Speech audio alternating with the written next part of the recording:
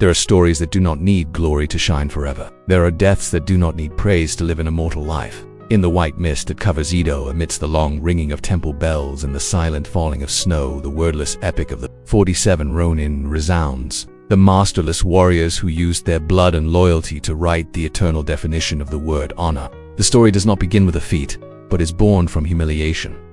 From the cold gaze of a powerful man, from the sword drawn in the middle of the royal court and the hasty death sentence that does not allow for any justification. But right where the heart seems to be broken, a flame of indomitability burns. Oishi Kuranasuke, the uncrowned general, who seemed to be drunk with wine and resentment, weaved each sword stroke, each step like a sculptor carving an ironclad belief into stone. 47 people, no master, no future, still wear white robes in the winter night. With the oath, Asano's honor must be purified. They do not kill for revenge, but to affirm that in the world of samurai, honor does not die with a person, but is passed on through every sword, every drop of blood, and every last breath. This story is not just a Japanese epic. It is a prayer for anyone who has ever bowed their heads for an ideal, who has fallen to stand up for what is right. Every snowy season, this story returns. Like the wind whispering in the heart of the earth, live so that when you die, your name will still be a light in the dark. We invite you to embark on a journey filled with incense and cold steel, where death becomes legend, where loyalty transcends law and time, where those who have nothing left to lose become symbols that can never be lost. 47 Ronin, honor, blood and immortality, the origin of tragedy. Asano vs. Kira. Lord Asano Naganori's first steps into the shoguness palace grounds were like stepping into a solemn, ceremonial play. The pale morning sunlight filtered through the gilded gates, reflecting off the resplendent armor he wore. Asano had brought with him from the west the pride of a distinguished samurai lineage, not to bask in glory, but to fulfill an important mission. To entertain a delegation representing the Kyoto Imperial Court. But from the very first greeting, the solemn atmosphere of Edo Palace was torn apart by Kira Yoshinaka's cold gaze and sarcastic tone. As the chief of etiquette, Kira understood every rule of the court, every splendid ceremony. He regarded Asano's honor as a trifle, ready to turn it around with contemptuous words. Every time Asano bowed, his eyes still flashed with contempt. Every time Asano smiled awkwardly, Kira just curled his lips, as if looking at a lost deer. The moonlight fell on the mossy wooden roof. Kira's eyes still followed Asano's back as he listened attentively to the instructions on etiquette. Small corrections, sharp words of criticism continuously shot out. Asano's glorious past, his achievements in serving the clan, could not obscure the calculating gossip. Gradually, patience and tolerance became shackles that tightly tightened the heart of a samurai who was inherently heroic, who would rather die than be humiliated. Then, one afternoon, when a chilly wind blew through the brocaded corridor, the final confrontation broke out. Kira, tall and lanky, stood in the corner of the corridor, his eyes as sharp as a knife. Asano, slim but resolute, could not hide the anger boiling inside him. The words exchanged turned into contemptuous insults, making the solemn atmosphere as stifling as a closed room that had not been opened for a long time. For a moment, silence rose like the eve of a storm. Asano did not bow his head as usual. He straightened his back, his eyes staring straight at Kira, as if challenging all the artificiality of the ceremony. In a split second, a dry sound of a sword being drawn echoed through the silence of the palace. The blade cut through the air and then shot towards Kira. The blade flashed past, causing a wound on the officer's shoulder. The clash of metal sounded like a death knell without severing a blood vessel. Just swinging the sword was enough to violate the ultimate rule of inviolability in the imperial city. The story ends here with no justification, no investigation, just a cruel verdict. Lord Asano had to commit seppuku before the imperial court, and his power and land, along with his family honor, was stripped away. With just one explosion, the seeds of hatred were sown. The shameful death and the horrible humiliation turned Kira as the masterless Ronin, now had only one purpose: to keep the flame of Asano's honor alive, even if it meant accepting eternal doom. And it was from that breath that tragedy was unleashed, leading them on a journey of exchanging their flesh and blood to affirm that in the world of samurai, honor lives forever beyond death. In the darkness after his master's tragic death, Oishi Kuranasuke did not succumb to resentment. He knelt before the court and bowed to accept the shogun's orders, swinging his sword and letting go of his hand, like a proper samurai. On the outside, Oishi was broken and disheveled.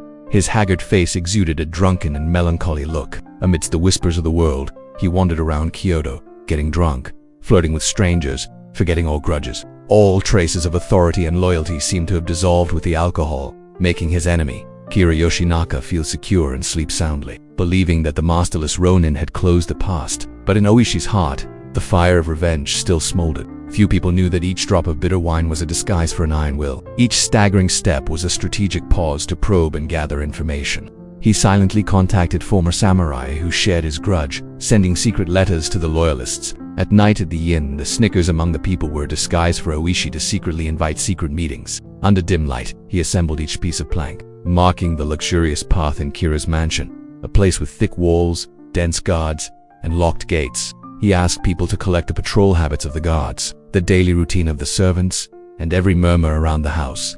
Without fuss or haste, Oishi planned like a delicate sculptor, meticulously carving every detail. They sharpened their swords, painstakingly disguised themselves as men, wore lighter armor, and mapped out routes into every nook and cranny as quietly as silent dancers. Every morning, Oishi quietly stacked firewood, tested the smoke's dispersion, and calculated the best time to approach without sneezing. As the months passed, the Ronin scattered far from home, many pretending to be merchants, farmers, and silk merchants, awaiting orders to return. They blended into the flow of life, so that no one would suspect the moment they disappeared into the crowd, quietly gathering. As the first snow began to fall, Oishi's news echoed like an underground chorus. The judgment by the sword is coming. In the secret camp, they gathered in rows, silent as winter trees, their hearts clenched with vows of gratitude. There were no loud challenges, only steely eyes, and smiles that resembled a long song of honor. Oishi, the leader, looked at each weapon in the hands of his comrades, and said to himself, "We do not fight for personal blood feuds, but for our oath to our master, for the samurai name that has never been buried." On the last night before the day of action, Oishi meditated alone in front of the fire, listening to the breathing of the earth and sky. Snow fell silently, covering the road leading back to Ido like a solemn carpet welcoming the last footsteps. In that quiet scene, he felt a sacred reminder. Honor is not an object to be used and discarded, but a command to be guarded until the last breath. At the exact moment the snow froze, the benches, the 47 Ronin returned like glowing ghosts in the white night. Every step, every breath had been calculated, compressed for more than a year. They carried hope, carried loyalty to their master, carried the image of Oishi, both pitiful and respectable, who had skillfully turned humiliation into motivation, leading them to a wordless decisive battle. And from then on, the story of revenge was not only the story of lost people, but became the epic of the samurai, echoing through the centuries, making anyone who heard it feel sad. Honor, hard work, and perseverance can light up a cold winter night. The snow covered Ido like a cold velvet cloth at night. The moon was hidden behind a layer of gray clouds. The atmosphere was eerily quiet. The snow fell silently, absorbing sound, making each step echo like a drumbeat, signaling a predetermined fate. 47 figures, in snow-white armor, moved as lightly as smoky birds, each pair of eyes flashing with iron determination. They split into two groups, one waiting at the side of the wall, the other preparing to break through the main gate, both counting silently in their heads. 1, 2, 3. Then, at the same time, they charged forward like a hurricane. The heavy wooden doors crashed down, and the cold swords of the Vietnamese swords cut through the air. The startled screams of the guards were brief before the swords struck down, precise, decisive, turning the magnificent capital into a stage of steel and snow.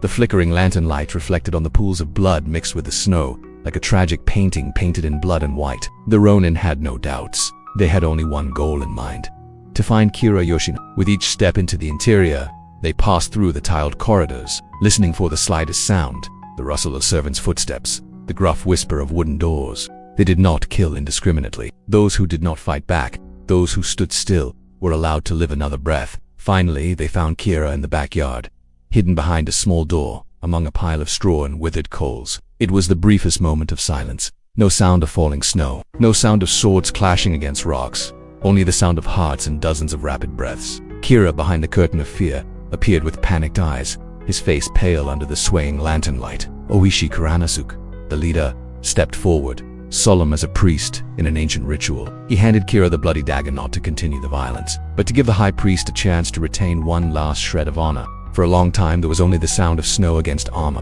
before Kira shakily placed the dagger against his stomach, unable to complete the His hands fell to his knees, tears and shame sliding down the thin snow. Oishi bowed, and with a free and decisive movement, he finished off Kira like a wordless act of justice, his movements both swift and precise. The ground was dyed red, and the 47 Ronin gathered around, bowing silently in the smoke of incense and swirling snow dust. They carefully wrapped Kira's head in a white loincloth, placed it in their hands, and together they walked out of the penultimate house like a silent but majestic entourage. As they passed through the deserted streets, the people could only hear the rhythmic symphony of 47 footsteps echoing across the snow-covered roofs. Each step was an oath, each breath a testament to the undying loyalty and honor of the samurai. The procession reached Sengakuji Temple, the resting place of Lord Asano, and there, in the solemn space of the snow-covered temple, they offered Kira's head in a silent prayer. Before dawn had even broken, the news had spread rapidly throughout Ido. The 47 Ronin had executed their swords and had not fled. In the first light of day, the image of them kneeling before their master's grave, stacking stones to form a solemn mausoleum, was etched into everyone's mind as a symbol of loyalty, a testament that a samurai's honor could be immortal, transcending the laws of the world. As the night faded into the pink of early evening, the 47 Ronin did not escape their fate. They sat silently by the grave of their master Asano, the snow still rolling steadily into small flakes, covering their robes and swords. There were no words of praise, no songs of victory, only the sound of their breath mingling with the smoke of incense and the thin layer of snow covering. Kira Yoshinaka said, a declaration. Justice had been done. A temple bell rang out, ringing long in the silence, as if calling each samurai's heart to return to the final path. Without anyone needing a hint, each took out a short sword, a symbol of honor and the price to pay. Steel blade. Feeling the cold seep through their gloves, they bowed slightly to each other, not hoping to save their lives, only accepting Bushidō's holy order, to die when the mission was done. As the night faded into the pink of early evening, the 47 Ronin did not escape their fate. They sat silently by the grave of their master Asano, the snow still rolling steadily into small flakes, covering their robes and swords. There were no words of praise, no songs of victory, only the sound of their breath mingling with the smoke of incense, and the thin layer of snow covering Kira Yoshinaka's head. A declaration. Justice had been done. A temple bell rang out, ringing long in the silence, as if calling each samurai's heart to return to the final path. Without anyone needing a hint, each took out a short sword, a symbol of honor and the price to pay, and unsheathed the steel blade. Feeling the cold seep through their gloves, they bowed slightly to each other, not hoping to save their lives, only accepting Bushidō's holy order, to die when the mission was done. Oishi Kuranisuke was the first to sit up straight, parting half of the white towel that covered his shoulders, revealing a silver armor that shone with snow. He solemnly placed the blade of his sword on his stomach, his eyes closed as if to see clearly the face of his deceased master. For a brief moment, his fists tightened around the hilt, then the steel glinted in the weak sunlight. Oishi bowed his head, but the sword remained on the tombstone, waiting for his assistant Kato to complete the ambush ritual for a complete end. Kato's veil fell loose. The blade swung down skillfully, ending the last breath of the man who had sacrificed himself for honor.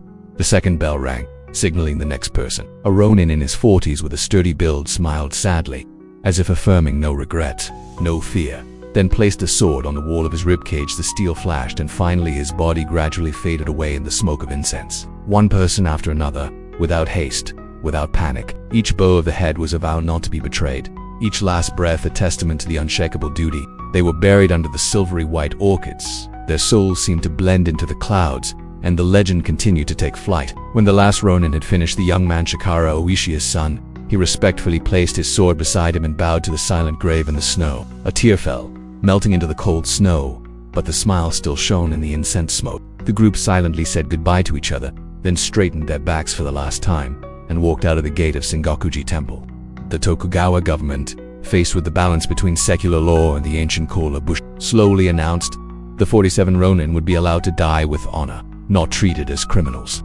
The hearts of the people, before their death without remorse and acting in full accordance with their oath, surged with admiration. Fierce debate mixed with respect. Were they criminals or heroes? Beyond the walls, the story of the 47 Ronin quickly spread throughout Japan, through woodblock prints, kabuki lyrics, and letters. Their blood shed in the snowy night dyed history red, but it was their souls and loyalty engraved in every piece of wood that made generation after generation whisper the question: is honor an eternal legacy or just an illusion in life? 300 years have passed. Although the sword is rusty and the grave is covered with moss, the Ronin's soul still echoes every snowfall. The Sengakuji temple still burns incense. Pilgrims sit and spin their fans in front of each stone tablet, clasping their hands in gratitude for proving that an oath, even if pushed to the deepest abyss, can still burn with an eternal flame, shining through the icy night of time. The end. Death and resurrection in myth, as the morning rays of light passed through the snow-covered roof of Sengakuji Temple, each white orchid tree bearing witness to an eternal night. The 47 Ronin knelt beside the tomb of their lord Asano without a word. Only the temple bell echoed through the void as a reminder that fate had been decided. Once again, they drew their own swords, accepting death in sacred silence to keep their oath. Each knife struck to flesh and bone, though painful, was a testament to their indomitable hearts. They did not scream or beg. They simply bowed slightly, eyes closed in the belief that this death would overcome the humiliation imposed by earthly power. Under the pure white veil, each face revealed a strange calmness, as if entering the realm of a legend. As the last of their blood mingled with the snow, the 47 white robes fell, turning into solemn rows of martyrs' graves. They were not buried like criminals, but were laid to rest right next to Lord Asano's cemetery, the last bastion of honor. The stone stelaes, originally so cold, suddenly became eternal symbols of loyalty, leaving everyone who passed by speechless. News of that righteous death spread throughout Japan. Faced with the challenge of public opinion, the Tokugawa government hesitated. They understood that if they punished those who had completed their mission with their flesh and blood, they would lose their prestige before the people. So, the 47 Ronin were given special permission to die according to samurai rituals, without shame, without carrying the crime of war. They left this world as gallant warriors, leaving behind a curtain of history thick with incense smoke and white snow. Even as time passes, the story of the 47 Ronin does not fade. Through the enlightening winds of Kabuki and Bun, they step onto the stage, wearing stylized costumes but still maintaining the same iron spirit. Each play is a tribute, making the audience silent before the image of Oishi, but smiling thoughtfully, with his comrades in white, swords in hand to draw blood. From woodblock prints to silk paintings, the image of them kneeling all night beside their master's grave, their swords placed solemnly, has been deeply imprinted in the Japanese people's minds. Later generations, whether in bustling Jado or modern Tokyo, still come to Sengakuji to burn incense, bow before the 47 stone tablets, as if bowing to the timeless meaning of the oath and blood. The debate about them is never-ending. Some call them subversives of the law, others praise them as models of Bush. But despite the controversy, the public opinion remains the same. They are a mirror of how honor, when preserved at the cost of one's life, can translate into a power greater than any law. 300 years have passed, although human life is the legend of the 47 Ronin still stands tall, like a solid rock amidst the changing world. Every snowfall, Sengakuji bells ring to bid farewell to the souls who vowed to live and die for honor, to remind us that, in this bustling world, there are still hearts ready to burn themselves to keep the flame of loyalty burning forever. In the echoes of the centuries, the souls of the 47 Ronin have not faded. They are not only warriors who gave their lives for honor, but have become living symbols of the immortal samurai spirit. Through the storms, the Japanese people not only remember the event with dates, but also look into that mirror to examine themselves. Loyalty, perseverance, and the courage to sacrifice. Every snowy season, the white plum blossoms dotting the courtyard of Sengakuji Temple seem to praise the story of the past. Pilgrims from all over the world, regardless of age or wealth, come here, half reverently lighting incense sticks, half gratefully touching the time-worn stone tablets.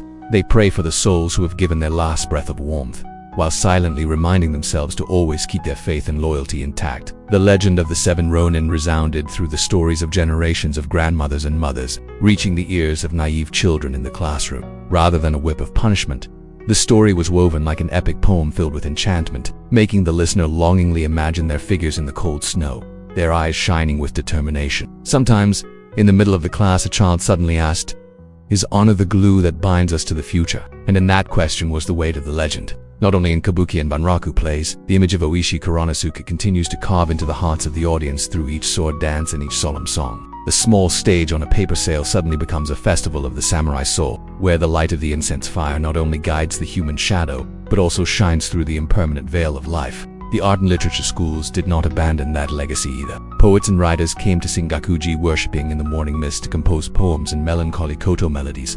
They wondered, in a world full of change, when people's hearts are icily swayed by fame and profit, how many people can still be willing to cut off their egos to keep a vow? That question, once again, sowed endless inspiration in people's hearts. Even modern leaders, when faced with difficult crossroads, often referred to the story of the 47 Ronin as a testament to the power of collective spirit, indomitable faith, and perseverance. They say that, no matter how rough the road ahead, it is better to die than to succumb to the call of fame and fortune. It is this message, which transcends all delusions, that awakens in every heart a desire for a higher standard than the law, the standard of conscience and of promise. And then, when the last rays of sunlight quietly covered the ancient temple roof. Each white stone steely turned pink like a glorious silk ribbon. The Japanese say that the soul of the Ronin is not in the blood, but flows in the veins of books, in the sound of cranes calling in the fields, and in the aspiration of every person who dares to live for the word loyalty. They died, but that very death gave them immortal life in the hearts of the nation, echoing forever as if to engrave a truth that honor and loyalty are flames that cannot be extinguished by time or ice. Part 2. When animals become gods.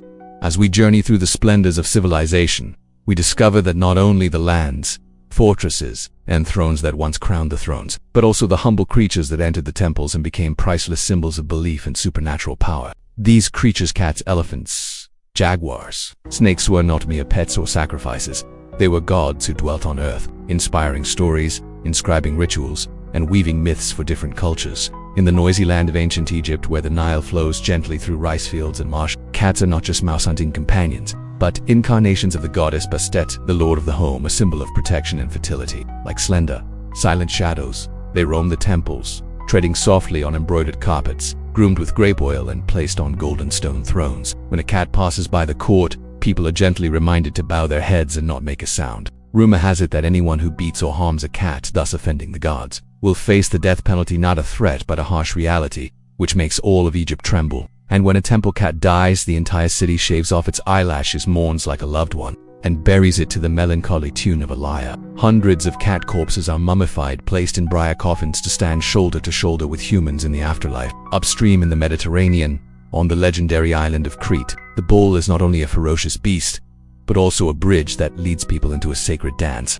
During ceremonies on the steps of the royal palace, young men and women wrapped in red dyed cloth cloaks, they throw themselves on the bull's back, somersault over its long horns, and then lower themselves onto the soft sand in a dance connecting heaven and earth. The echoes of the drums, urging and shouting of the crowd rise into waves, seeing this adventurous dance as a dialogue between humans and the wild power of nature. The Minoans believed that through the bull's neighing they could hear the pulse of the universe. Through the hoofprints on their skin, they could touch the instinct of creation and the unchanging beauty. Deep in the Central American jungles, when darkness signals dusk, the jaguar becomes the guardian deity of kings and elite warriors. Under the canopy of the rain-soaked trees, the shadow of the phantom leopard half-man, half-beast stretches across reliefs and in ceremonial masks, making anyone who wears it, entering the darkness, feel the invisible power invade their breath. With eyes that sparkle like agate, the jaguar is worshipped as the god of the moon and death, the messenger of souls to the underworld, and also the advisor to emperors when they decide when to raise an army or perform a sacrifice. Far to the east, in vast India, elephants are not simply war pawns but the embodiment of Ganesha, the elephant-headed god with a potbelly and a broken tusk, a symbol of wisdom, the removal of obstacles and new beginnings. White elephants in temple festivals are dressed in shimmering gold-embroidered robes and are fitted with silver bells that ring with each step. Villagers join hands and sing ancient songs, believing that with each swing of their trunks, the elephants irrigate the temple, washing away impurities and bringing good luck.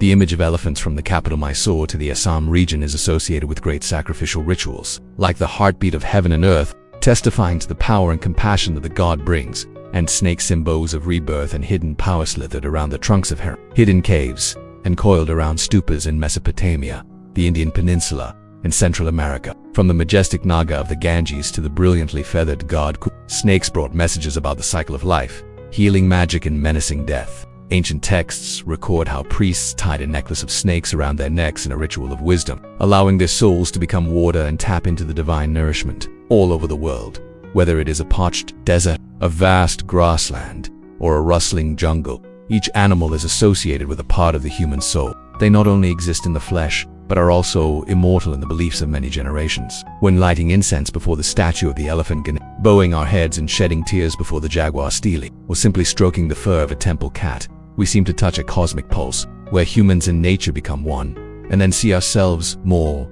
fragile, but full of aspiration to touch the divine. Under the swaying sky of Egypt, the terrifying cry of crocodiles echoed through the Nile, making the eyes of the people tremble before the power of Sobek, the crocodile-headed god, a scepter symbolizing the power of water and resilience. They believed that in that fanged snout was hidden the life force of the river, able to bless the harvest or drag people to the bottom of the abyss. The sacred crocodiles were raised in temple pools adorned with shiny gold, cared for like treasures. When old age came, they were mummified and placed on thrones in splendid mausoleums, as a reminder that from Sobek's hands all lives borrowed protection or suffered punishment.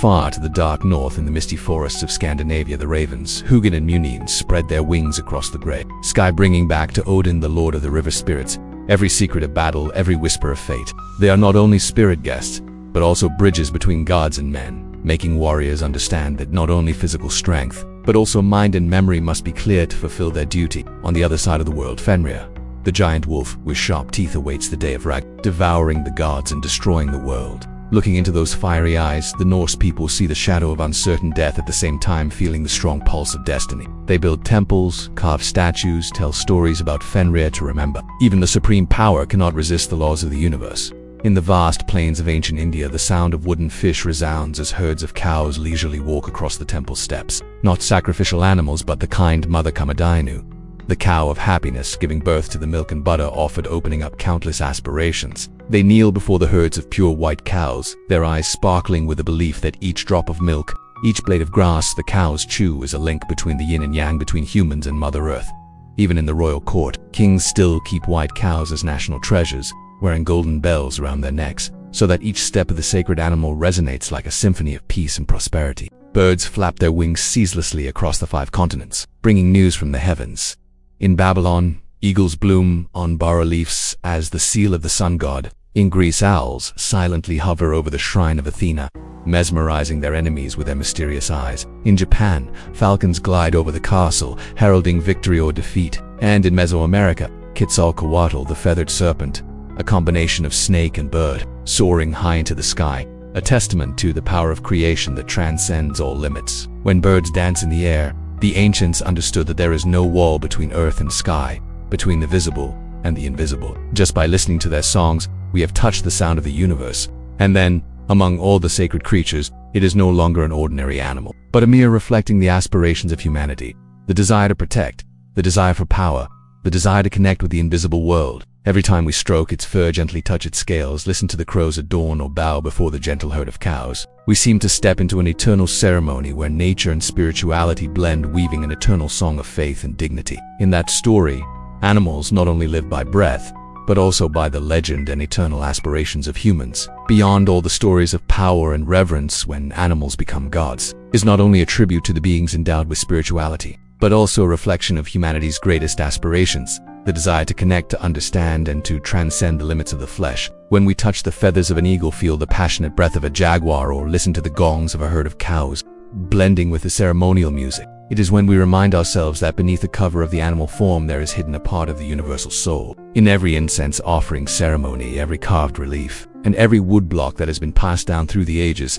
animals have been given a gateway to the invisible world. They remind us that man and nature are never separate, that power lies not only in the blade of a sword or a throne, but also in the breath, the step, and the steady gaze of a living being. When ravens carry messages under wooden eaves, when elephants bow in the dragonfire ritual, they are not just symbols, but the beating of a common heart, the human heart, constantly yearning to touch the divine. And if one day you set foot in the temples of Egypt, listening to the roar of the Sobek statue, or walk across the hilltops of Crete, seeing the hoof prints on the palace walls, or bow before the snow-covered Sengakuji temple, let your heart be open to the stories these creatures tell, to feel the greatness of faith, of honor, and of the simplest things. Because in the end, in every cry, every step, animals have given us the most precious gift of all, the eternal reminder that humans are only truly immortal when the heart still burns with the flame of love and respect for life in all its forms. Not stopping at the ancient sky-flying chickens or the herds of cows leisurely on the grasslands, the legend of the sacred beasts also spread far to the endless steppes where horses, the animals loyal to humans since the beginning of time, have become the divine arms of the nomads. Imagine the Hunnic people in the dreamy dawn, their backs hunched in the saddle, the horses' hooves echoing the rhythm of earth, drums as if carrying the echoes of the wind gods, swirling the mist, leading the people across the border. On the vast steppes of Mongolia, the horse is not only a means of transportation but also a symbol of freedom and limitless exploration. Ink paintings depict wild horses galloping across the sky, sometimes carrying fiery orange warriors on their backs, sometimes carrying the dream of conquering the ocean of grass. Each neigh calling the herd, each galloping step, is a melody that connects humans with nature, blurring the boundary between earth and sky. In North America, the Plains Indians also revered horses as the soul of the West. They believed that the flying manes and wild eyes of wild horses contained the treasures of their ancestors, where they sent their prayers for a bountiful harvest and victory over their enemies. When the first hunting ceremony took place, the image of horsemen dressed in animal skins, horses with sparkling bronze bells, Gallopy and tightly grasping cloth flags became a dance connecting the souls of humans and animals beating together with the heart of heaven and earth. In the upper reaches of the Nile, the water bull, a combination of strength and gentleness, is a symbol of abundance and moderation. Nubians and Copts use the image of the water bull in sandstone paintings, praying for favorable weather and bountiful harvests. When the festival comes, herds of turmeric-dyed, garlanded, and bell-tied bulls, accompanied by traditional brass bands, echo throughout the valley, reminding all living things that a balance between giving and receiving is the essence of the universe. And finally, let your soul be filled with the untold stories of ants and bees, small but mighty creatures. In the Mayan civilization, bees were considered messengers between the world of flowers and the world of the gods. Honey was not only a sweet food, but also a medicine connecting humans to the underworld. Reliefs depicting bees hovering around the faces of gods represent the belief that even the humblest labor can bring about miracles. As we conclude our journey of discovery, when animals become gods, we realize that animals big and small carry within them the power of an eternal dance. They are the heartbeat of the earth, the bridge between the visible and the invisible, an evidence of humanity's common dream, to live in harmony with nature, to nurture faith and aspiration toward the sacred. Every time we touch a feather, a horse's hoof, or a drop of honey, we whisper to the universe, I want to believe, and I want to be guided. No matter how many metallic incarnations there are in modern life, the stories of spirit animals still resonate gently, reminding us that, in every breath and step, there is always a miracle waiting to be discovered with a yearning heart. Under the vast ocean, giant sea monsters such as whales and sharks not only struggled against the wind and waves, but also reigned in the minds of coastal civilizations. The Inuit once revered the whale as the mother of the sea, believing that its every stroke sounded like the music of their ancestors, guiding fishermen back to safety. They carved cedar pictures depicting the silhouette of a giant whale breaking the surface, then burned seaweed incense under the aurora borealis to pray for a prosperous hunting season. On the vibrant coral reefs of the South Pacific, sea turtles,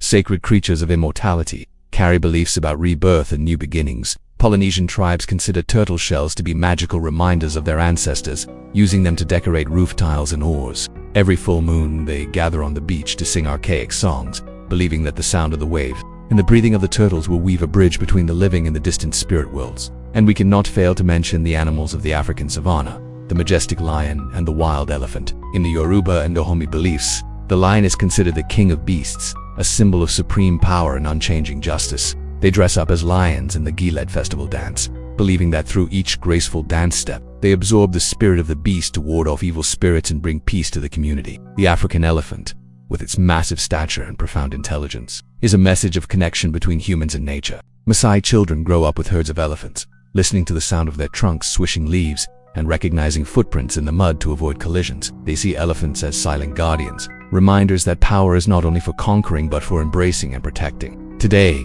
mascots still appear on the flags, badges, and logos of many organizations, from sports teams to fashion brands, demonstrating the enduring vitality of cultural symbols. A t-shirt with a lion's head can be a declaration of courage. A bag embroidered with a turtle is a reminder of the slow but steady journey. As the night falls, let your imagination wander over the rippling forests, the deep seas, the endless grasslands. Hear the call of the beasts that echo throughout the world, from the roar of the lion to the clatter of the wild horse, from the rustle of the snake's scales to the flap of the eagle's wings. Every sound, every footprint in the sand reminds us that nature and spirit have been intertwined since the beginning of time. And if, like me, you carry in your heart a longing for the sacred, a desire to connect with the origin, then When Animals Become Gods is not just a story about the past, but a mirror for the future.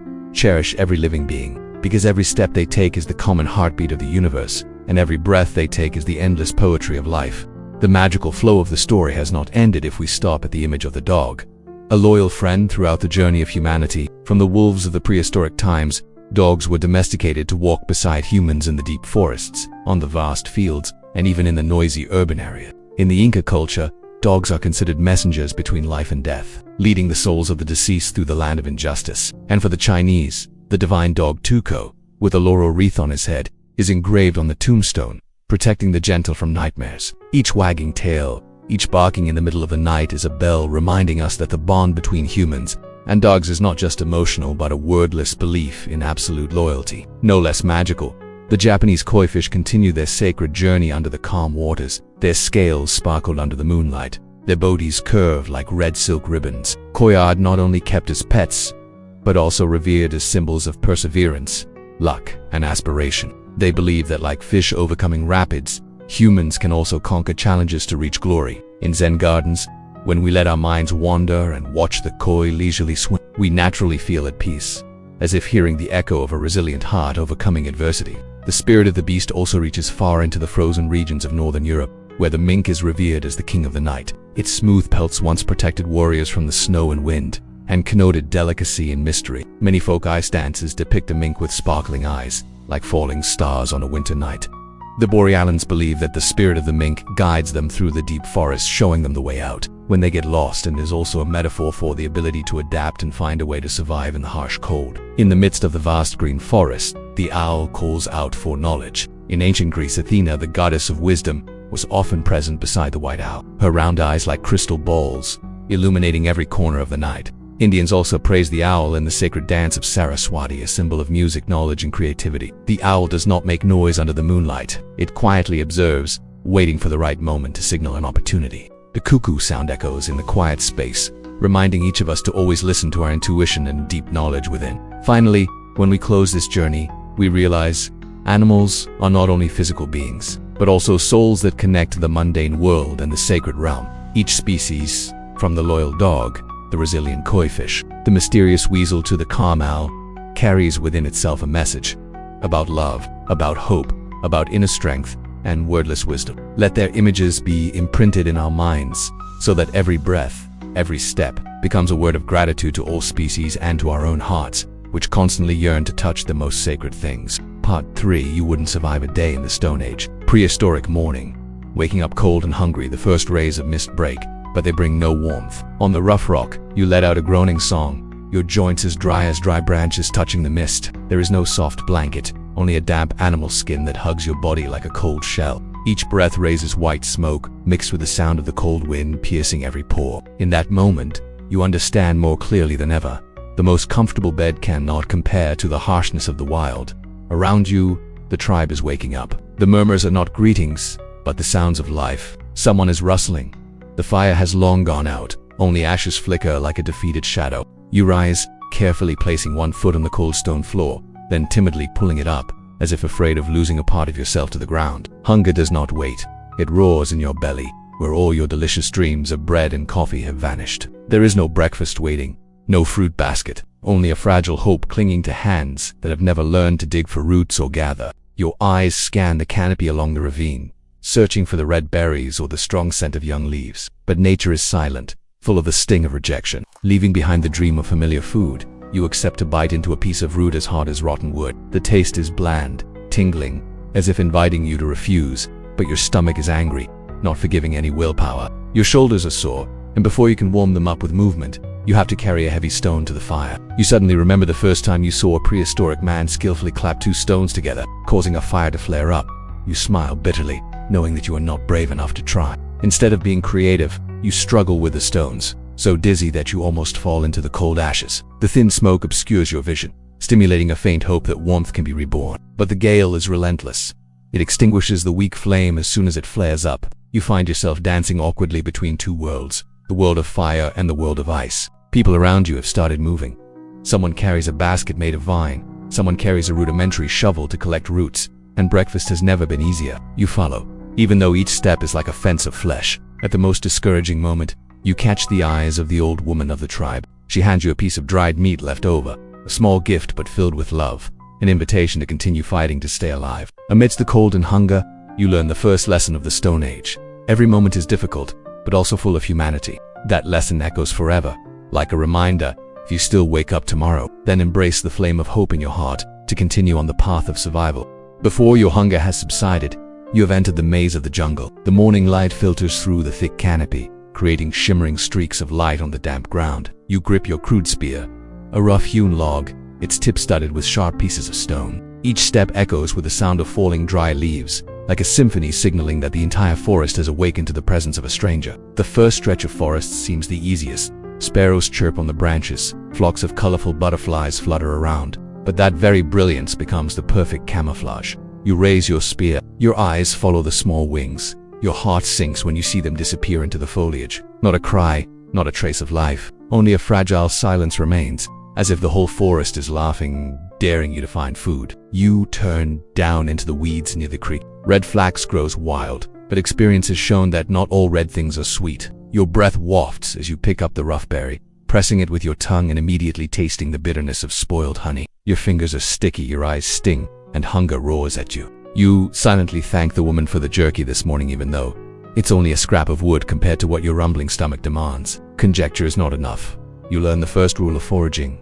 All food comes with a challenge. That round berry, sometimes a sweet persimmon, sometimes a trap with invisible spikes. Your arms get dirty, trying to pick leaves and roots, making juice, then spitting them out when your lips start to tingle. Each experiment is a gamble with your life, but you cannot stop, because freedom is only for those who know how to take risks, changing direction to search for the animal. You follow the deer's footprints in the mud, trying to hold on to the soft end. A chill runs down your spine as you realize you must be as quiet as possible, so as not to alert your prey. You tiptoe through your leather boots, each step seeming to glide through the smoke, your heart pounding. Suddenly the doe stops abruptly, ears pricked, eyes blazing with alertness. For a split second, you raise your spear in confusion, but then a dry branch creaks and snaps under your feet.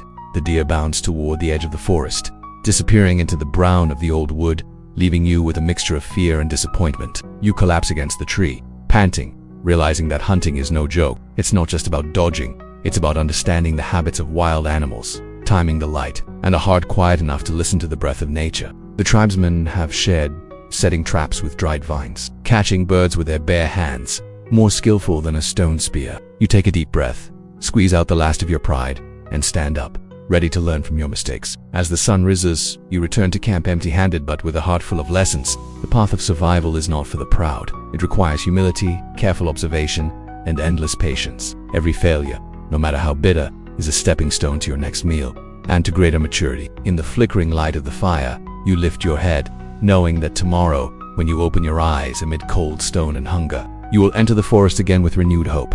The jungle may be challenging, but the heavens have also given you the opportunity to conquer. You trudge back to camp, shoulders aching from carrying too much, but your mind still racing with the thrill of your failed mission. A cold pile of ashes greets you, where the fire went out while you wandered through the forest. The tribesmen stop. They don't scold you. They just silently hand you another piece of dried meat, a handful of chewy corn kernels, and it's a late breakfast of camaraderie. You sit down at the base of the tree, peeling off bits of meat, chewing slowly, feeling the warmth spread through your lips and jaw. Dew on the leaves drips down your throat, along with a taste of earth, reminding you that water is not an easy gift. The nearby stream has no pipes to filter out impurities. You unscrew the leather jug, scoop it up, then hesitate when you realize that the clear water may be tainted with mud and dead insects. Despite your body's silent warnings, you drink it. All the coolness creeps down your throat, energizing you but also planting the seeds of fear for future stomach aches.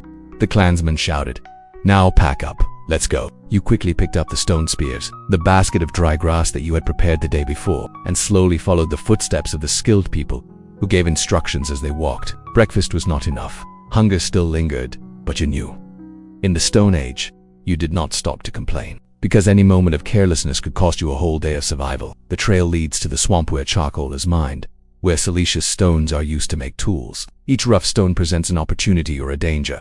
Some crumble into meat-chopping blades. Others can be sharpened to the tip of a finger. You learn to choose, to smell and listen to the sound of tapping, and then to wear them down, creating primitive tools. It's not just a craft. It is a journey that connects you to your ancestors, the first humans to use their intelligence to control, not just endure, the elements. As the sun rises, the air cools, but also carries an unforgiving heat. You wipe away the sweat, silently thanking each lesson the morning has taught you.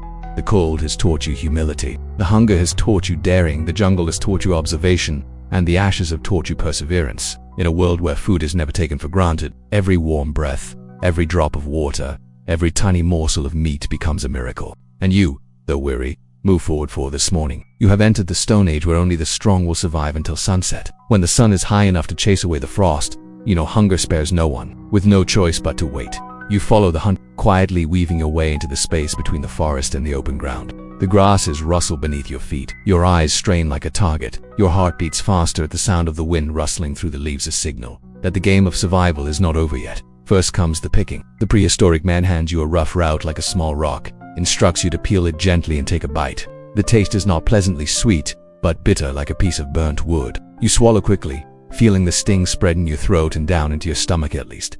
It doesn't feed illusions, only gives you the strength to endure. Across the mud puddle, A red mark flashes.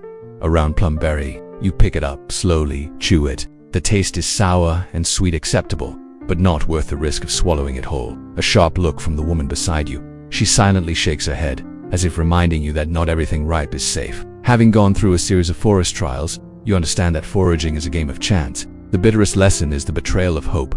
Clusters of seemingly delicious fruit can make your lips numb and your stomach churn. But if you don't try, you will never find the rare sweetness that will keep you going. With your group, you gather a few mustard roots, just enough to sustain you and lower the price of your growling stomach. Then comes the hunt. You are handed a crude spear, its tip stained with dried blood. Your heart leaps as you hear footsteps scrabbling against the brush. It could be bait, or a survival trap hanging in the air. You follow the deer's tracks, looking up for the brown silhouette among the leaves. In a split second, you stumble across a dry branch that snaps, sending an alarm. The prey scurries away, leaving you in the middle of the jungle, ashamed and hungry. Without stopping, you try your luck with birds. Gathering in small groups, you learn to set vine traps near the nest, waiting for the rustling sound that signals prey is trapped. Pulling relentlessly, you approach silently, but sometimes it is just a small pheasant, its feathers ragged. When you learn to pluck the feathers and roast them over hot coals, the aroma that emerges makes all the despair fade away. The crispy, dried meat, even if it is only enough to keep you alive,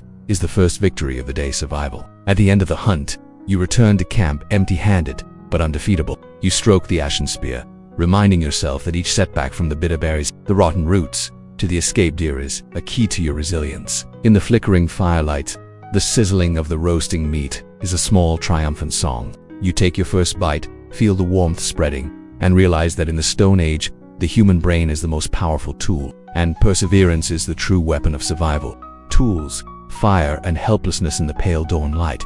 You begin your day not only with hunger, but also with the pressure of tools. The primitive arms that the entire tribe considers a treasure of survival. A sharp piece of stone is handed to you, heavy and cold. At first glance, it seems like a gift of hope, but under your clumsy hands, the stone only shatters into a few pieces, leaving you covered in dust and bleeding from your fingertips. The sighs of those around you are not loud, just a gentle breeze. Not because they do not want to help, but because they know no amount of advice can teach you to become a blacksmith overnight. You learn to touch the silica stones together, trying to call out the spark. Each touch is a small hope. The spark just flickers and then goes out, like a heart that has just started and then breaks into pieces. The old eyes of the woodcutter look at you, not with contempt, but with gentle pity. They have overcome thousands of extinguished sparks just like you, and understand that each callus on their fingers is proof of will. You do not give up. Touch again and again, smoothing each sharp edge until your hand bleeds. The stone also wears away. Without matches or a lighter, you have to drag dry pieces of wood to the rock. In the old ashes, you try to stir up a flickering flame, lifting each dry stick, blowing gently, watching like a fire. The wind of the forest is not supportive. It passes through the leaves, blowing out the weak light, leaving only cold ash. Tears well up in your eyes, and you dejectedly place your hand on the shoulder of the oldest person in the tribe. He smiles, gently handing you the wick, a tiny sacred object, reminding you that perseverance is the lever to turn a quiet storm into a sea of fire. Then comes the stage of forging the spear and the stone knife. Each piece of stone is carefully selected. It must be sharp enough, hard enough. You learn how to grind, pressing the stone evenly against the rough surface. At the right angle, your arm stretches the calluses, and the stone shrinks with each grinding. The wheezing sound of the stone is like a wordless song, echoing through the old forest. A long time later, you have in your hand a small, rough blade, but it is more valuable than a treasure. You have crafted your first weapon, albeit clumsy and crude. When the last sparks of fire crackle over the woodpile, you breathe a sigh of relief, as if you have reached a miracle. The fire warms not only your body, but also your weary soul. The tribesmen toss you a piece of charred, raw meat, and their smiles are not just sympathy, but sincere congratulations. You have conquered fire, the ultimate prehistoric element. But in that moment of triumph, you understand that you are still very small. Tools and fire are just the beginning. It takes countless failures, calluses, and extinguished fires to buy the power that seems so natural. And the look of the prehistoric man is not one of contempt, but of an example.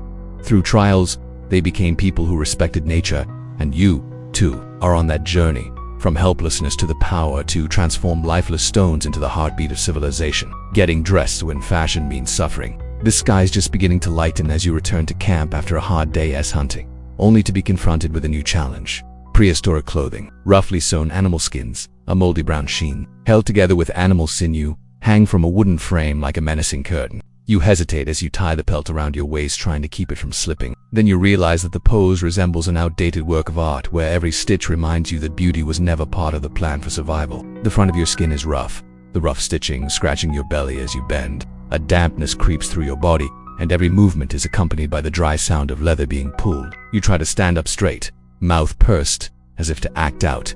This is the new Stone Age style. But inside, all you feel is bitterness. No red carpet can compare to skin that is both tight and itchy. The tribesmen pass you by, smiling, not with disdain, but with understanding. They are used to the feeling that every piece of skin has to be paid for with calluses or scratches. The seamstress does not use a needle to embroider, but bites a sharp bone to thread the thread. The sound of her teeth grinding on the tendons that screw the skin together reminds you.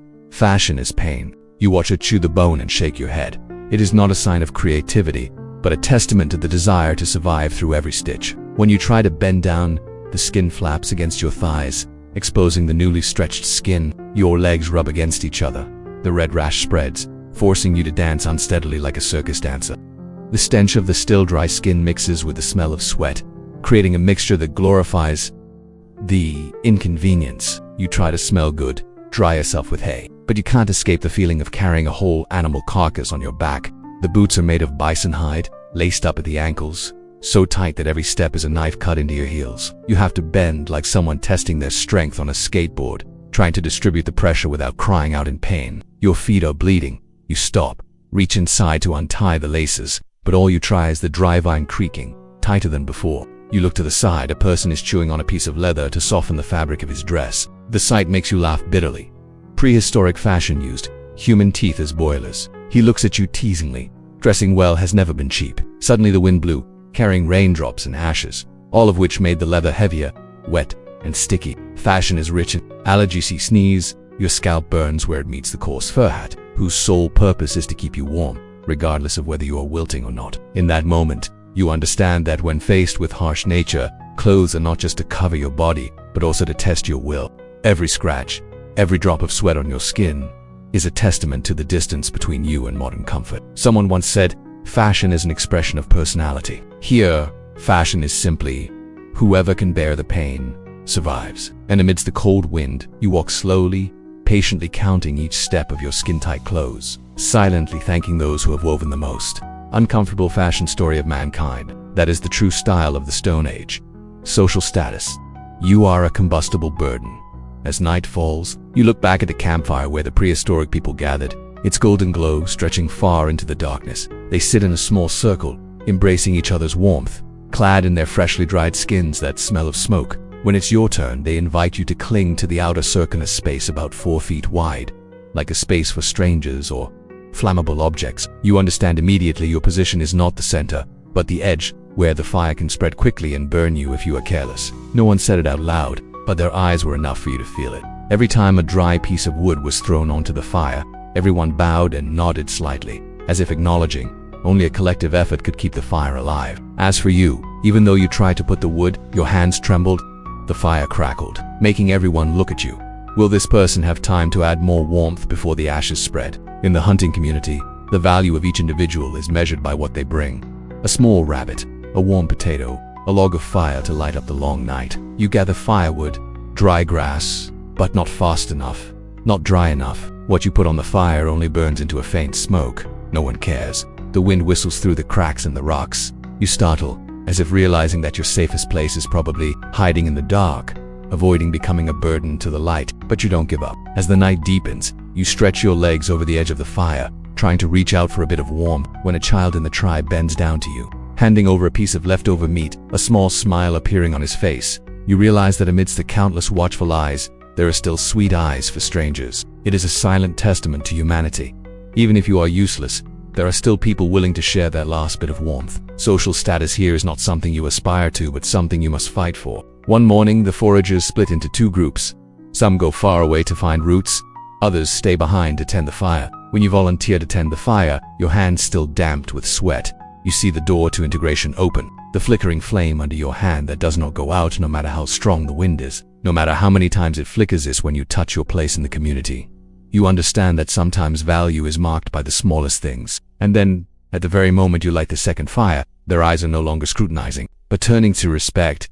That once useless person is now as agile as the fire itself. Your position is no longer on the edge, but has receded deep into the warm circle. That night, as everyone pours some green moss water and sips a piece of dried meat, you feel that, whether in the Stone Age or modern times, social status is always a story about your contribution, not about waiting for others to give it to you. When the last sit in that circle of fire, no longer a flammable burden, but a flickering light that keeps you alive for the entire evening. In the spreading warmth, you silently thank the harsh challenges, because thanks to them, you have found your place, right in the middle of the circle of earth and fire, where people survive not by power, but by heart and hands. Night comes, prehistoric fears and restless sleep when the sky is still. The night falls without warning like a deep black velvet. You understand the value of a flickering fire. The wind rustles through the canopy, carrying with it a wild echo. Dry branches creak. Sometimes a distant roar, maybe wolves, maybe just the wind passing through cracks in the rocks. On the cold rock, you curl up in your skin, eyes wide open, listening to your own breathing and the sounds around you like an uneasy symphony. There is no thick, soft blanket, only a stiff layer of fur, sticky with moisture. Every movement, no matter how small, causes a rustling sound, making you hold your breath, praying that the darkness does not recognize you. A flicker of the fire is enough to make you understand the fragile power of warmth. The fire goes out, and you consider your first day of life over. The smell of dry smoke becomes stronger, reassuring you somewhat, telling yourself that the fire must burn until dawn. On the other side of the fire, the tribe members have huddled together, their body heat mingling with their warmth. They don't say a word, but their eyes occasionally glance at you, as if examining a fragile sprout. No one puts a hand on you to comfort you. Safety here is self-generated, but it is the look that conveys the message. Try to keep the fire burning. You imagine your hands as sentinels, cutting into the rock, stamping your feet firmly so as not to succumb to fear. Occasionally, you are startled by the sigh of an animal hiding behind a bush. That sigh blends with your own, like two souls meeting in the abyss. You feel your heart pounding, your hands clutching the stone spear, ready to do anything to chase away that invisible shadow. In that moment, you realize survival is not just about overcoming hunger or cold, but also conquering the deepest fear of your instincts. The first chill seeps through every gap between skin and flesh, making you shiver. You lift the skin to cover yourself, covering yourself up, taking deep breaths, trying to gather the heat in your chest. The smell of damp moss, the smell of earth seeping into your skin, all blending into your first memory of a prehistoric world drenched in mist and uncertainty. The night seems endless, but then you see the fire's rays of light gradually become brighter. The fire's light not only dispels the darkness, but also brings hope. Dawn is coming. When the first rays of light peek through the trees, you realize that it is through your nameless fears that you have discovered your inner courage, because only by facing and overcoming the darkness can we appreciate each warm moment of sunlight. And that is the final lesson of the Stone Age. Before fear, fire is the closest friend, and that fear, once conquered, will become the torch that lights the way for the next days of survival.